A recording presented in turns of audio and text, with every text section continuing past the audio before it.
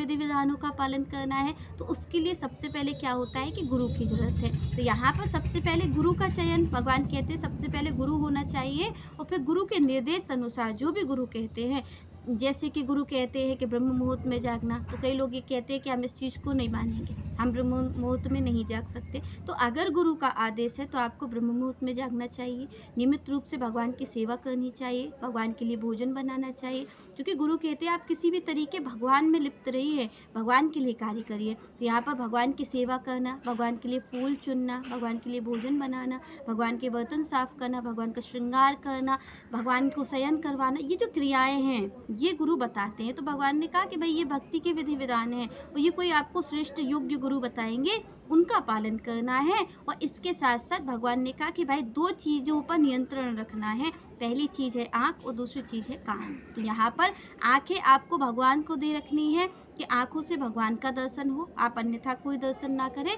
और कान अपने गुरु को दे रखनी है कि जो कान से वार्ता जाए उसको हम ध्यान में रखें, और 2 चीज़ों को हम, एक गुरु को दे रखे जो है हमारे कान, और एक हम भगवान को दे रखे जो है हमारे नेत्र। तो यहाँ पर भगवान को देखे हम आँखों से और कानों से भगवान की कथा सुने, गुरु की बात सुने। तो यहाँ पर भगवान ने कहा कि फिर उसके आगे की विधि गुरु कहते हैं कि आपको सत्संग में भी बने रहना है, भगवान की चर्चा सुनते रहना है, श्रीमद् भागवत है, श्रीमद् भगवद गीता है, रामचरितमानस है, ऐसे ग्रंथों को भी आपको सुनते रहना है। तो यहाँ पर भगवान ने कहा अगर कोई ऐसे विधि विधानों का पालन करता है तो उसे निश्चित रूप से मेरी प्राप्ति होगी। तो यहाँ पर 2 मार्गों को भगवान ने दिया।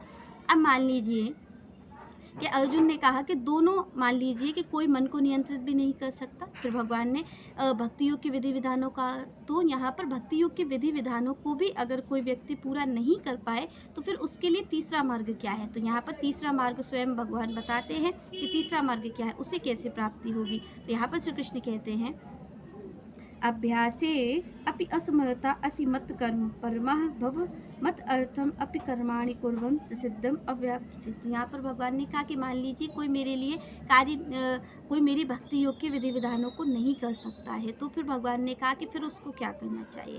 तो यहाँ पर भगवान आगे मार्ग देते हैं कि अगर कोई ऐसा कार्य भी नहीं कर सकता है तो उसके लिए तीसरा मार्ग है। तो तीसरा मार्ग भगवान ने ये कहा कि फिर वो मेरे लिए ही कर्म करे। यहाँ पर श्री कृष्ण ने कहा कि जो मन को भी नियंत्रित नहीं कर सकता, जो भक्ति योग के विधि विधानों का भी पालन नहीं कर सकता, फिर उसके लिए तीसरा मार्ग ये कि वो कर्मों को मेरे लिए करे। जो भी कार्य कर रहा है, अच्छा करे बुरा करे, वो कर्म केवल मुझे समर्पित होना चाहिए, वो कार्य केवल और केवल मेरे लिए हो। भगवान ने कहा कि उसको फिर वो मेरे लिए ही करे, सारा कार्य मेरे लिए होना चाहिए। जैसे कि मान लीजिए कोई, आप देखते हैं कि कोई भागवत होती है तो उसके लिए पंडाल सजता है, भगवान का कार्यक्रम है, भगवान के लिए सेवा करनी पड़ती है वहाँ पर। तो जब ऐसे कार्य हों तो आपको और हमें बढ़ चढ़ के भाग लेना चाहिए, क्योंकि भगवान ने कहा कि अगर आप और हम नियंत्रण नहीं कर सकते, आप और हम गुरु की आज्ञा में नहीं रह सकते, तो फिर कोई अगर भगवान से संबंधित कार्य कर रहा है तो उसका साथ हमें देना चाहिए। जैसे मान लीजिए कोई भगवद गीता का प्रचार कर रहा है तो उन लोगों के लिए भी हमें साथ देना चाहिए कि हम ज़्यादा से ज़्यादा धर्म का प्रचार करवाएं।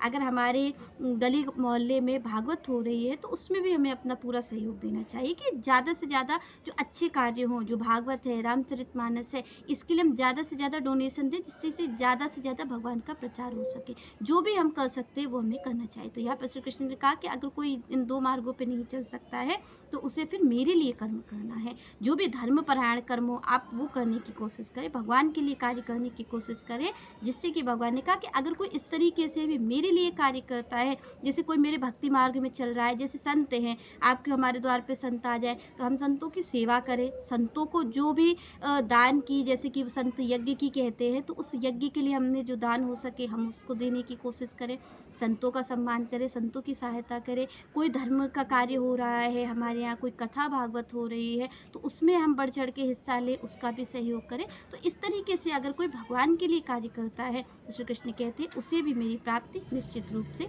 हो सकेगी। चलिए नेक्स्ट चर्चा हम नेक्स्ट वीडियो में करेंगे। तब तक के लिए जय श्री राधे, जय श्री कृष्ण।